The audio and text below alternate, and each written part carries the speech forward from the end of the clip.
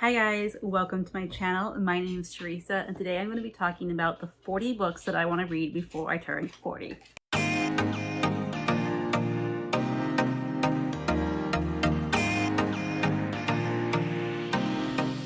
Hi guys, so for those of you who don't know me, hey, my name is Teresa and like I said, this is going to be a list of 40 books I want to read before I turn 40. I am currently 34 years old. So that means I have 5 years and from the day of filming this, 8 months and 21 days until I turn 40 years old. My birthday is October 27th, 1988. So I still have, just under 6 years left to complete this, but 6 years goes by very quickly. So I'm hoping if I get this together now, the hope is that I can read most of these, if not all of these books, by the time I turn 40. That's kind of scary to think I'm gonna be 40 in 6 years. Like, I don't even want to think about that, but hey.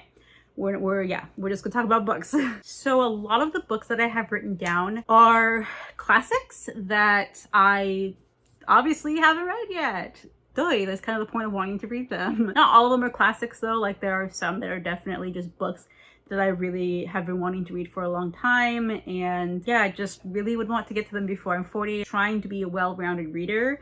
And so I see people do like 30 before I'm 30, and I thought about doing that, but I'm 34 now, so I'm a little late on that round. I could do 35 before 35, but I don't have, well, I have like 8 months, so I'm not gonna do that. But yeah, so we got 40 before 40. Like I said, majority of these books are considered classics or books that like you would have read in high school. I was very, very ill when I was in high school, so I didn't read a lot of the books that you would like normally read, at least here in America, or here where like what my friends and stuff read. I'm not the biggest classics reader, but I feel like everyone should read certain books, right? And so I don't know, I just compiled a list. Some of these are newer, like I said, just books that I've really been wanting to read for a while and feel like I should read before I'm 40. There's no real rhyme or reason to it. It was just books that, I really think I should read soon. So that's what this list is. I have no like plans on like when I'm going to read these books. I just figured if I just write it down and I make a video and I get this out there saying like, yeah, these are the books that I want to read, that hopefully that'll give me more motivation to actually get to them. Plus I have a prompt in my TBR game where I'm like, read off my 40 before 40 list. So I should probably make that list. That would be a little helpful. Okay, the first book that I have, so book number 1, I want to read before I'm 40 is The Count of Monte Cristo by Alexander Dumas.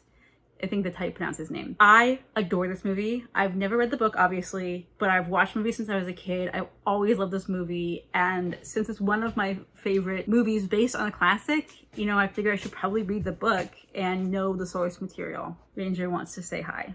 Hey, can we say hello to the camera?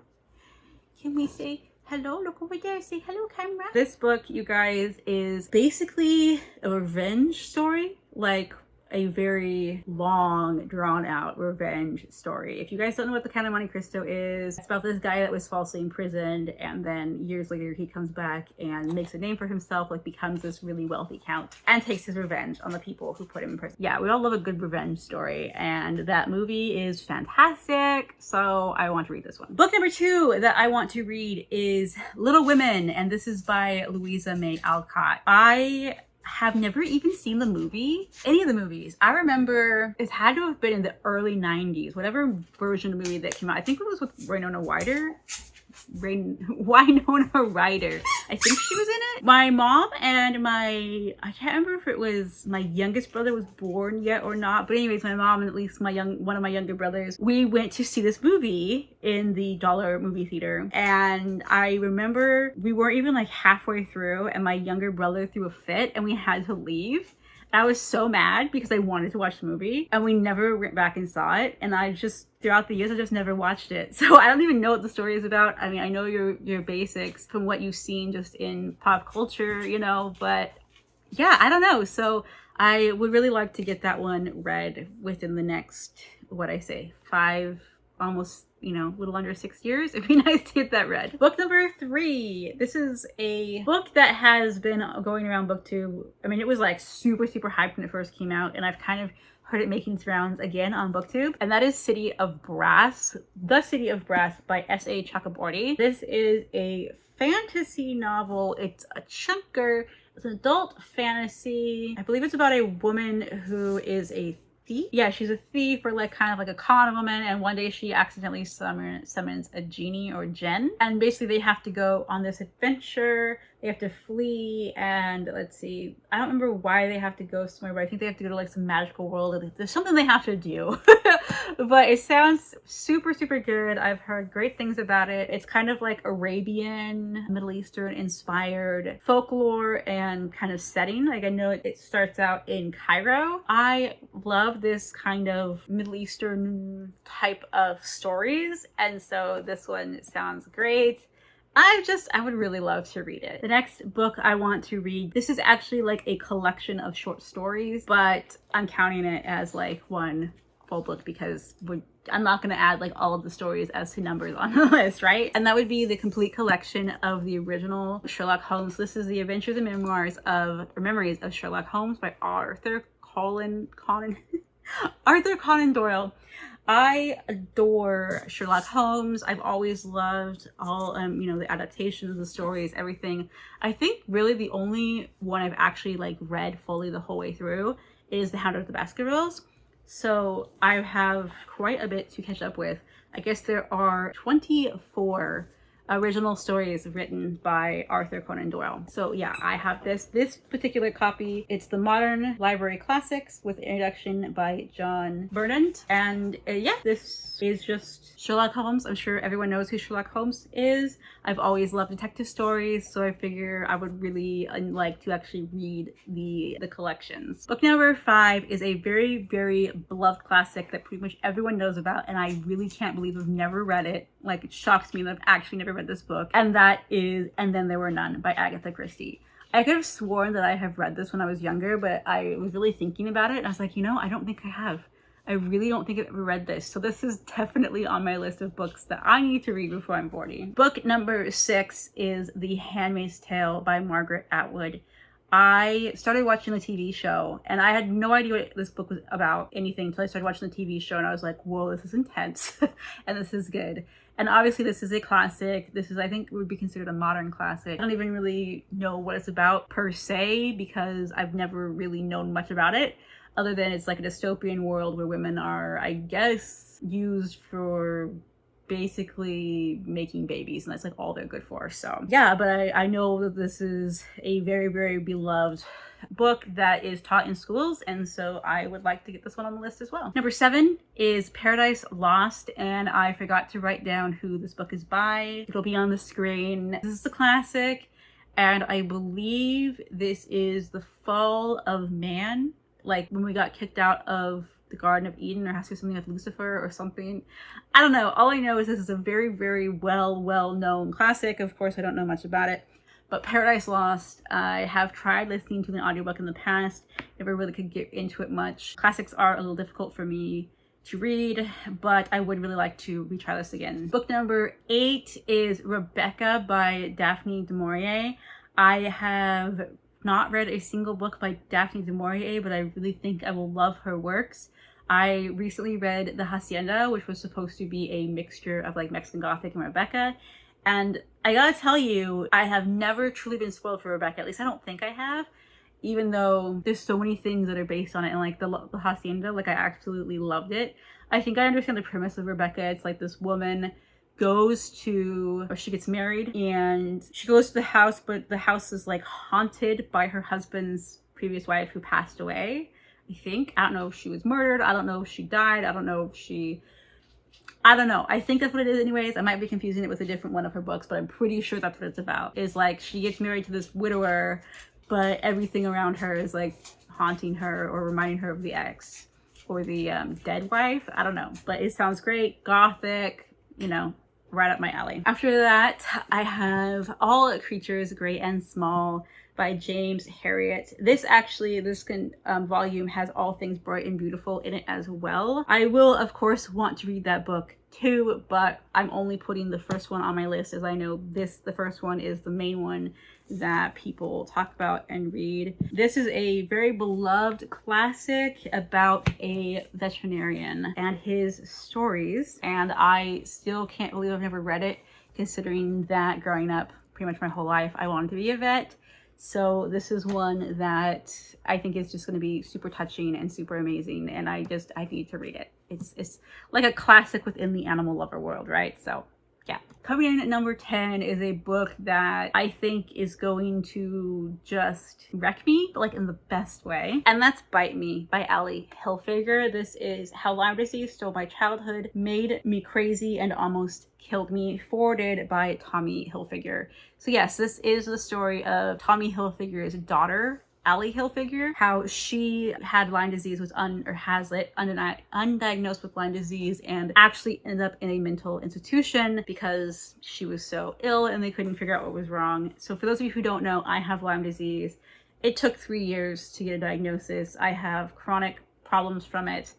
And there was a point in my life where I truly, was like, could have ended up in an institution as well because I was just so not well. And this is just her story and her struggle with it and how she got diagnosed and is living with the aftermath of having Lyme disease. So I think this book will be very, very poignant to me and just a very important book that I really need to read. I actually am going to try and get to it this year. But yeah, it's on my list because I have to read this book before I turn 40. I can't put it off any longer. Next book up on the list is The Little Prince. And again, I didn't write down who the author was. I wasn't writing down authors of these because I know most of the authors. There's a couple that skipped my mind and I forgot to write them down, but it'll be here. This is a French author, I believe, a French classic. This is a children's book that is very, very well beloved. I'd never really heard about it till a few years ago, to be honest, but I know it's like everyone says it's like one of their favorite childhood books, so I would like to read it. Hinds Feet in High Places.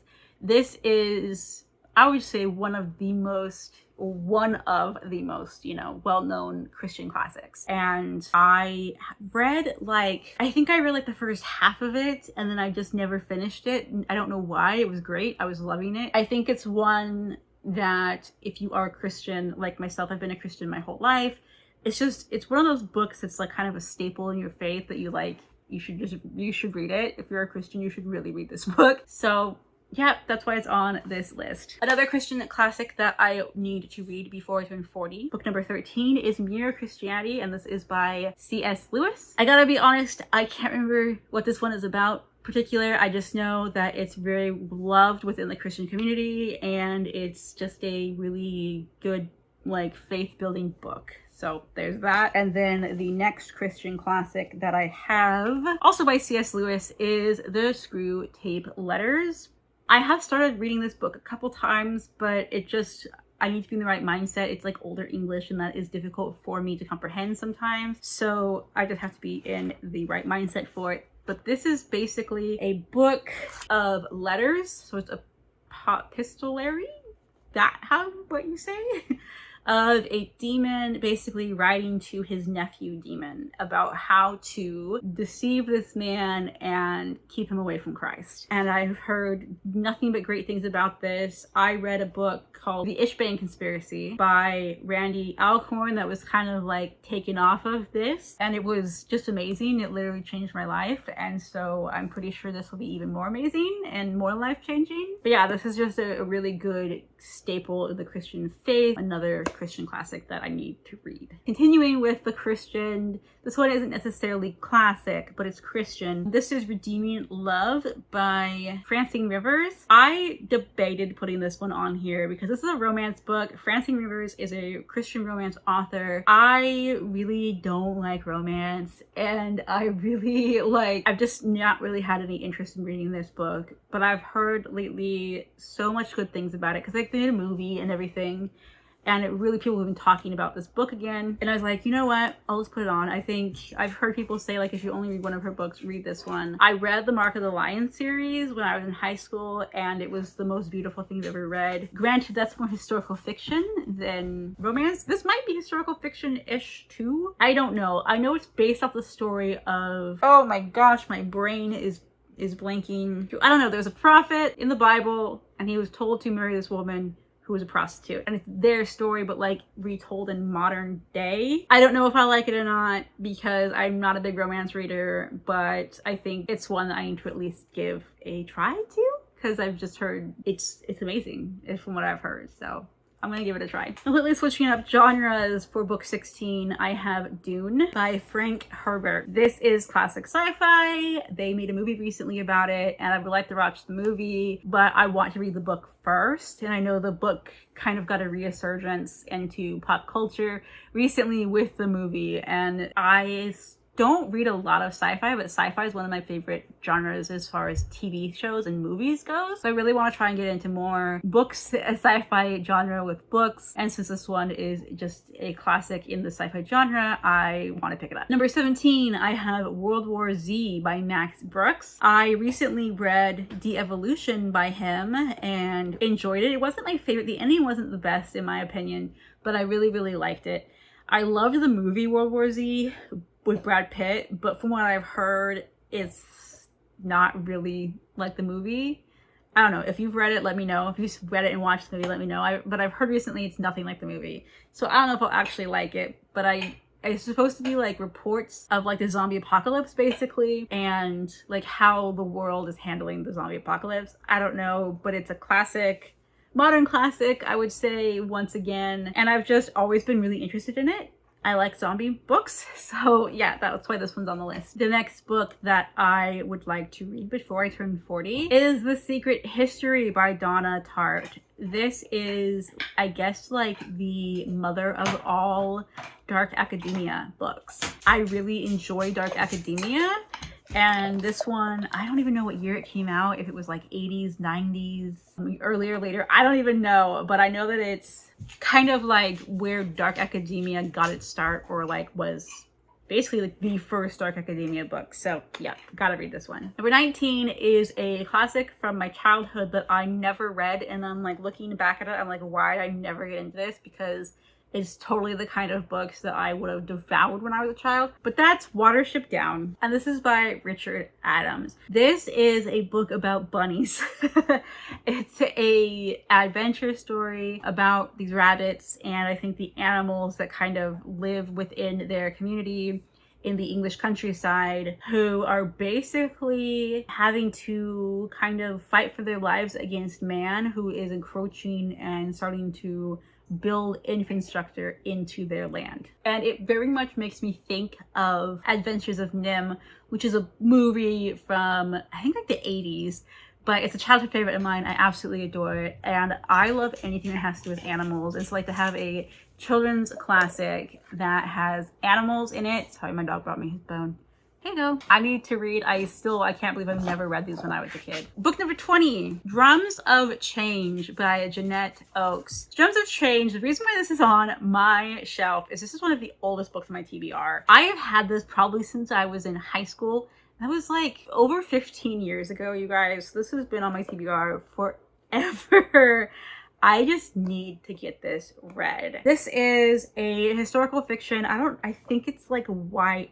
It was written in 1996. So I don't know, it doesn't really say what like age range it is, but I'm guessing children's middle grade YA kind of thing. It's about a girl who is named Running Fawn. She is part of the Blackfoot tribe of Native Americans, and white men come and settle the land, and the chief's son, Silver Fox, are chosen to attend classes at the Mission boarding school in Calgary.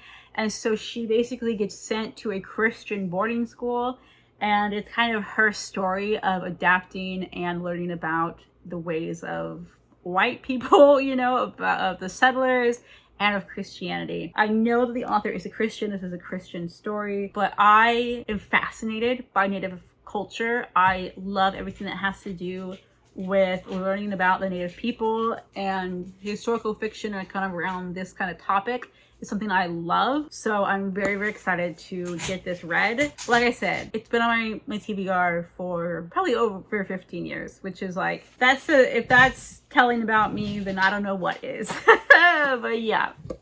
Book 21, I always thought this had a different name than it actually does. And that is The Diary of a Young Girl, which I always call The Diary of Anne Frank. That's always what I heard it by, but apparently it's The Diary of a Young Girl by Anne Frank, who is a Holocaust victim. She unfortunately died in a concentration camp when she was like in her late teens, I think. But this is basically a diary that was found that she kept when she was in hiding during the first parts of World War II.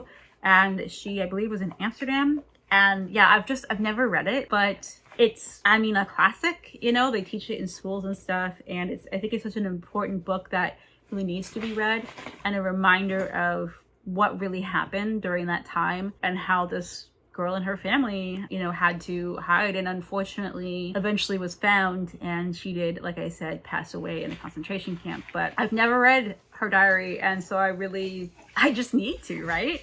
But yeah, I've always heard this called The Diary of Anne Frank, but apparently it's The Diary of a Young Girl by Anne Frank, but it's Anne Frank's diary. I don't know. Anyways, this is what I need to read. Number 22 on the list is Pilgrims Promise. And this is by John Bunyan? Bunyan, I think is how you pronounce his last name. Anyways, again, I don't really know what this is about. All I know is this is a very well-known, well-beloved Christian classic that I need to read. Book 23 is The Shining by Stephen King. Now, I am not the biggest Stephen King fan. I've read maybe 2 or 3 of his books. Just didn't really like him. I don't like his writing style. I think he's really dry. Yeah, I don't know. But The Shining is one of my favorite horror movies. I actually did a study on it, or a paper on it, when I was in college. I was taking abnormal psychology. We had to watch movies, like watch a movie that had a mental illness in it, and basically write a paper diagnosing the illness in the movie and why we believe that the illness was what it was, sort of thing. I don't remember what I did. That was a long time ago. But yeah, The Shining, this was one of the movies that my professor told us we could watch, and I love this movie. I think it's great. I think it's super creepy. It was actually filmed at Timberline Lodge, which I have been there. My uncle actually got married up there. But yeah, we got to see, like, they actually have some of the movie props, like the axe and stuff, I think is still up there. So it's pretty cool to be able to have gone to the actual place where the movie was filmed. I don't know if the movie is much like the books at all, but I would really like to read it because it's my favorite Stephen King movie. I do enjoy most of his movies, so I will read this book and see what I think of it. Number 24 is also a Stephen King book, which I might be shooting myself in the foot here because, like I said, so far I'm not a fan of his. That's Misery. This one, I don't know why this one intrigues me so much. It's always been the one book of his that I wanted to read. I've never seen the movie, and I kind of know the premise of it. I know the movie stars Kathy Bates, and I can't remember the dude. So Misery is about an author and his #1 fan. The author crashes his car, he's in a blizzard, he crashes, and this woman rescues him. She, nurses him back to health, but he finds out that she is his #1 fan, and she doesn't like the way that he ended his book series. And so she basically is like, you need to rewrite the series and end it the way I want. And she basically tortures him and will not let him leave her place until he decides to rewrite the ending of his series. So that's all I know about it. That's all I want to know about it. I heard it's pretty intense. Sorry, dog toy. But you know what Stephen King isn't. So that's what that is. And I don't know if I like it or not. The movie, I mean, I'll probably like the movie because I do like his movies, but who knows if I like the book. We'll see. Book 25. So we are a little over halfway there. This is the 5th season by M.K. Jemisin. Jemisin. This is a sci-fi novel that has been going around BookTube lately. It's been hitting the rounds. It's been camera being bumped by dog. Sorry. It has been a super popular book here on BookTube, or book series. And from what I understand, it's a sci-fi world where there is a 5th season. So like winter, summer, spring, fall. But I think it's like the world's ending? Maybe? I don't know. But like I said, it's very well loved. I really wanted to get more into fantasy, and so this one is on the list. Book 26 is The Five. The Untold Lives of the Women Killed by Jack the Ripper. And this is pretty much, it's a nonfiction. Oh, it's by Hallie Rubenhold. It's a nonfiction basically about what it says it's about. It's focusing on the women who were killed because we always focus on the monster, right? But we very rarely focus on the victims. We may know the names of his victims. I mean, you know, I've never really read or heard of anything really going into the lives of them. It's always just been like, all they're known for is the fact that they were killed by Jack the Ripper. Sorry if you hear dog noises in the background. So this one just sounds amazing. The fact that this author is diving more into the lives of the victims and trying to let them be known for more than just who they were killed by. I think it's a brilliant thing, and I really like learning about serial killers and true crime stuff, and Jack the Ripper is one of the ones that fascinates me the most. So I'm very, very excited to read this and learn more about these women as people and as women versus as victims. Hey guys, so I'm editing this video and I realized as I was doing that there was a book I left out. So what I decided to do was exchange a book that was probably my least excited for read on this list. So the book I'm replacing is The Scarlet Letter by, I think it's by Alexander Horowitz or something, Alexander Hawthorne, there we go, something along those lines. The Scarlet Letter is another one of those classics that I would have read in high school if I had not gotten sick and needed to an alternative school. So this is one I remember my friends reading, and like a lot of these other classics on this list, these are not necessarily books that I think that I will like truly enjoy. They're more so books that I just feel are important reads, that they, you know, again, were books that would have been taught in school that I missed out on, or that are classics. I believe it takes place in like Puritan times, like back in like the 1600s or something like that. It's about a woman who got pregnant by a man that she was not married to, and due to that she had to basically wear her shame. I think she had to wear like a red scarf or something, or that was like an A to basically say like adulterer, and it's basically that story, and I think it's like has to do with like commentary on religion and how we treat women versus men maybe that have this specific sin, because you know, like the dude slept with her, like he should be just as at fault as the woman. But all of that said, this is the book that I would like to read. Again, a classic that just I feel like as a well-rounded reader is one that needs to be on this list. Okay, let's go back to the original list. Book 28, The Stranger Beside Me by Anne Rule. This is about Ted Bundy, another serial killer's book. So for those of you who don't know, I'm sure everyone knows who Ted Bundy is, but The Stranger Beside Me is written by Anne Rule, who is a true crime author. She has written a ton of stuff. I actually am collecting her books, but she actually worked with Ted Bundy. She was a coworker and a friend of him without knowing, obviously, who he was in real life. So this is her story about him and how they knew each other. This says, Anne Rule was a writer working on the biggest story of her life, tracking down a brutal serial killer. Little did she know the young man who was her close friend was the savage slayer she was hunting. And so this is just kind of her experience about trying to find him and realizing or coming to find out that he was a friend of hers, which is like, ugh, right? And it's got some pictures and stuff in here. Just, I don't know, creepy stuff to think about the man that you were working beside and you called friend was actually a brutal killer. Yeah, so I would like to read this one. Another kind of true crime-ish book that I have on my list, book 29, that is Mine Hunter by John Douglas and Mark Olsker. This is inside the FBI's elite serial crime unit, holy moly. And this one's like a newer one because this is with a new introduction by the authors. Let me see when this was originally written. This was written in 1995. This edition was 2017, but the original book was in 95. It's the story of John Douglas, Special Agent John Douglas, a legendary figure in law enforcement pursuing some of the most notorious and sadistic serial killers of our time. I guess he would be Criminal Minds, the TV show, is kind of based off of him and what he did. So he is kind of like a profiler before that was really a thing. And yeah, I really love true crime. Like I said, I'm really interested in learning about it. I don't know, everything about it. And this is the story of the man who is kind of like the world's first, or at least the FBI's first, criminal profiler. So really excited to get to this one. Book number 30. This is another childhood classic that I am still to this day, like, why haven't I read this? I remember, like, when I go to the library at my school, when I was in grade school, there was this kid who was like 2 years older than me or 2 grades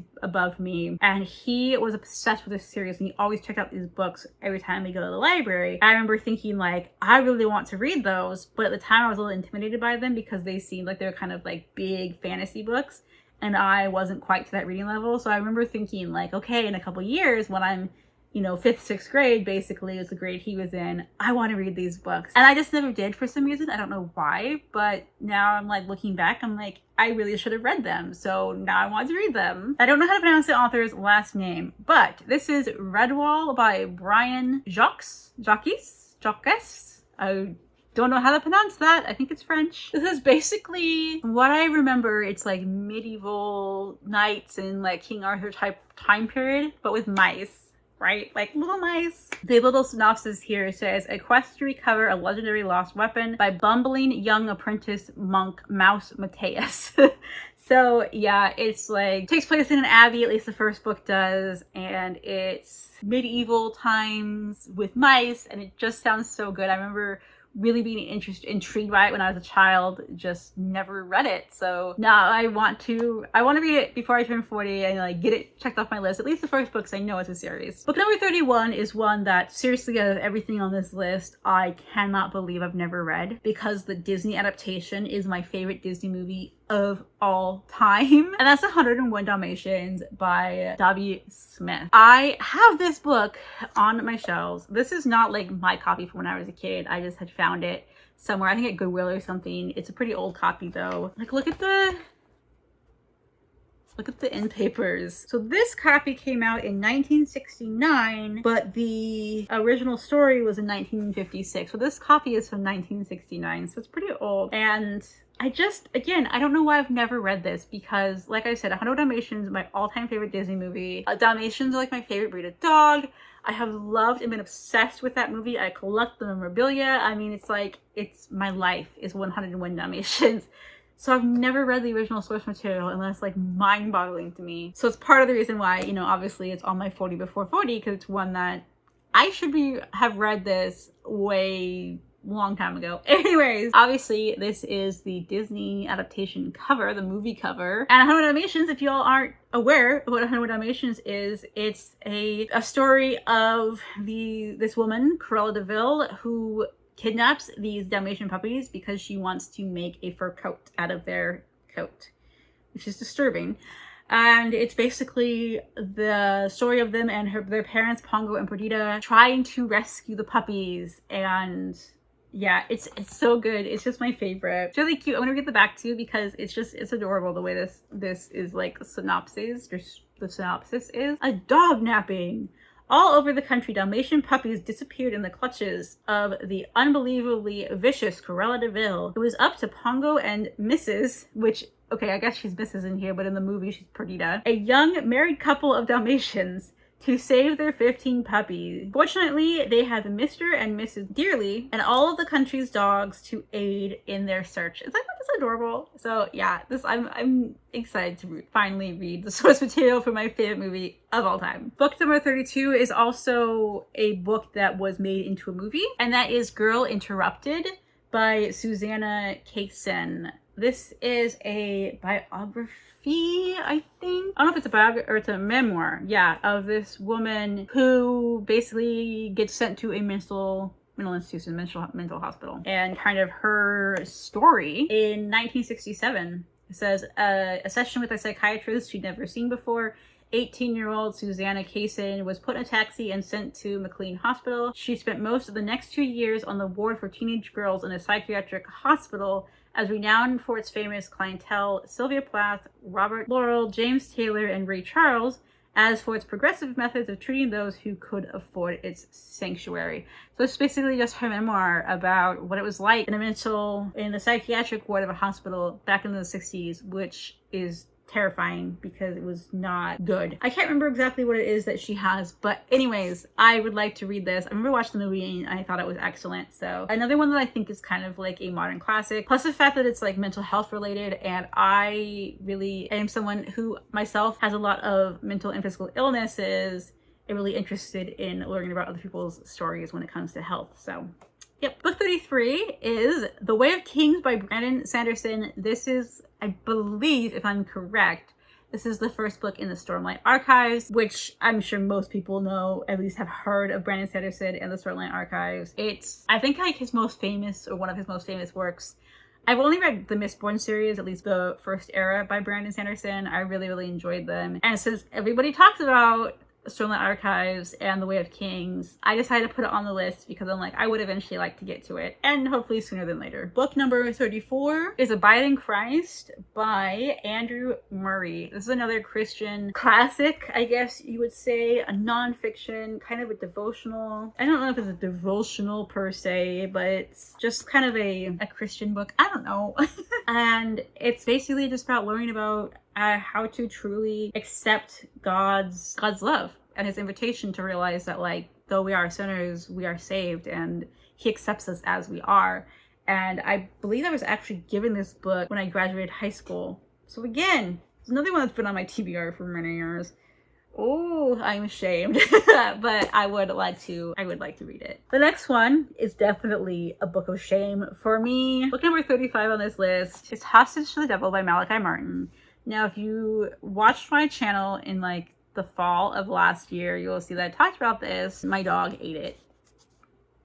Yeah, this book is another one that's been on my TBR for so long. I read so many books. Like, I read like upwards of 100 books a year. I don't know why I'm putting off books that have been on my TBR for so long. I just am reading new books. Anyways, this one though, you guys, is the Possession and Exorcism of 5 Contemporary Americans. It's following a Catholic priest who does exorcisms, like real life demonic possession exorcisms, and it's his story. I've wanted to read this book forever.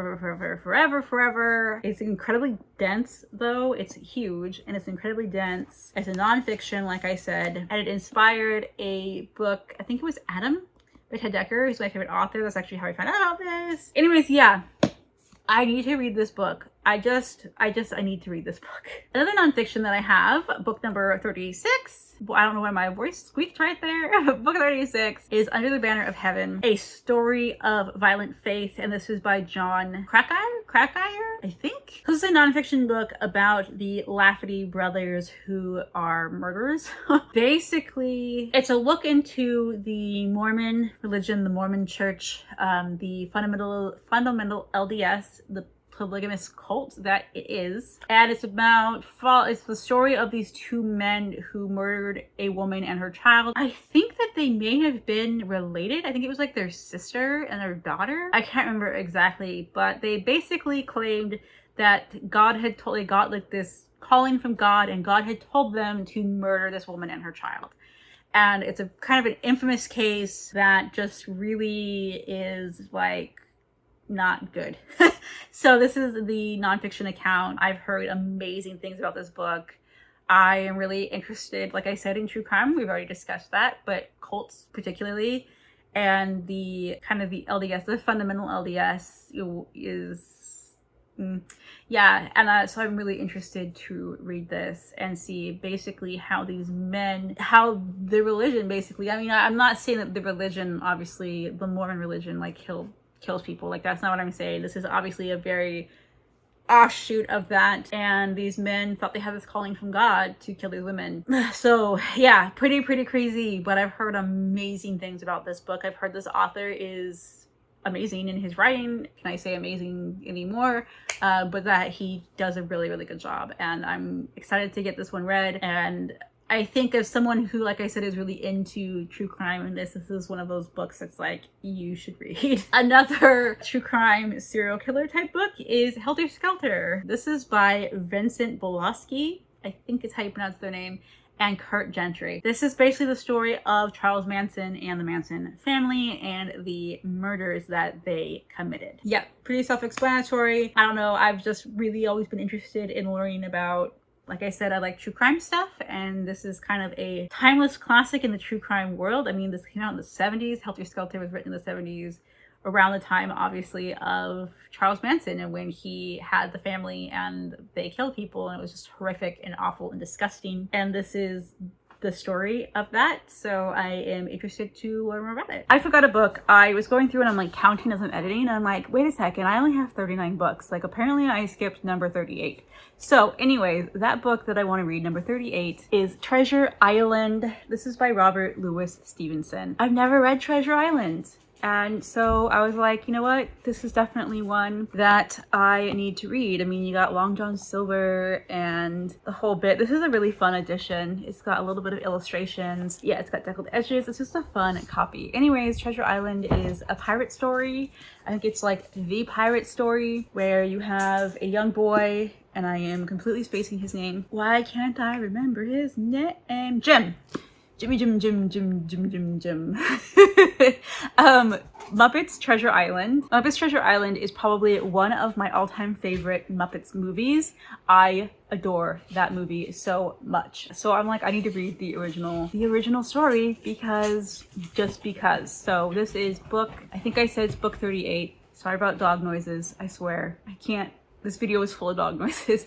Anyways, yeah, Treasure Island. Let's go back to the video. Book 39, we have another classic, and this one is Strangers on a Train by Patricia Highsmith. This one, I believe, I don't think I've actually been spoiled for this one either, which is surprising considering how many remakes and how many things I've talked about this, and it's crazy. This is like a noir mystery type of story. I believe it's these two people meet on a train when they're traveling somewhere, and they agree to kill somebody for the other person. I think that's the story. It's like, I will kill your problem person if you kill my problem person. So it's like perfect crime kind of situation. But yeah, as far as I know, I've never been spoiled for this. So wish me luck as to continue to not be spoiled for it. But yeah, it's just one of those books again that's just like a super classic. I really want to read A Perfect Murders by Peter Swanson. This is one of the books that he talks about in there, and so I want to make sure I read all of the books within that book before I read A Perfect Murders, because they do spoil the endings for those. So Strangers on the Train is one of them. It's one that I've wanted to read for a very long time. I've heard so many amazing things about it. I mean, it's a classic mystery. Yeah, it's on my list. Book 40 of the 40 books I want to read before I turn 40 years old is Fledgling by Octavia E. Butler. Octavia E. Butler is a sci-fi, can't quite remember, author who is very well known for her works, and this one sounds like the one I think I'd be the most interested in. I've really wanted to read one of her works for a while. This one is about vampires. It's about a young girl, or she looks like a young girl, but in reality she's a 53-year-old vampire. I don't really know much more about what it's about other than it's kind of this person's story. Yeah, vampires, I don't know, it's kind of interesting. I've heard that she can be kind of hard to get into, but that she's just amazing. I mean, she is very well loved. She's like a very, very well-known author, and I think her books would be kind of, because at least maybe not this one per se, but some of them might be considered modern classics. Yeah, I really want to get into her backlist, or her books anyways, and this was the one that spoke to me the most, so that seemed the most interesting. So this is the one I want to read, even though I would prefer to read some other ones as well, but this is like the main one. So yeah, anyways, I want to read Fledgling by Octavia E. Butler before I turn 40 years old. Okay guys, did you stick it out with me? Did you make it to the end? If you did, hi, thank you so much. I know this video is long, but that is the list of all of the 40 books that I want to read before I turn 40 years old. I do plan on reading a couple of them this year, so hopefully I can knock that down. As I said, I have just under 6 years left to read all 40 of these books, which in reality is absolutely not a problem. I mean, I could literally read them all this year because I average between 50 to 100 books a year. And so yeah, but you know, of course, I'm not necessarily going to read all of them this year. Yeah, now I have them all written down. I have it documented for you all, so maybe I can come back next year and like each continuing year until I turn 40, or until I read all the books, and kind of document where I am on my journey. Yeah, I guess guys, let me know if you have read any of the books that are on this list. If you have a 40 by 40, if you have a 20 by 20, or 25 or 30, or whatever by whatever, if you have certain books you would like to read before you turn a certain age, I'd love to hear about it. And if you've read any of these books, if you love them, if you hate them, thoughts, questions, feelings, anything, leave them down in the comments below. thank you guys for watching. I really hope that you all enjoyed this video. If you did, it would really help me out if you would give me a thumbs up. And if you are new to my channel, if you consider subscribing, that would actually be amazing. I'm really trying to grow my channel this year. So anyways, thank you so much for watching my video, you guys. I hope you maybe found a book that you want to read before you turn 40. Or if you are over 40, a book you'd like to read. I don't know if a book you'd like to read sounds interesting. Yeah. Anyways, guys, I hope you have a great one, and I hope to see you in my next video. Bye.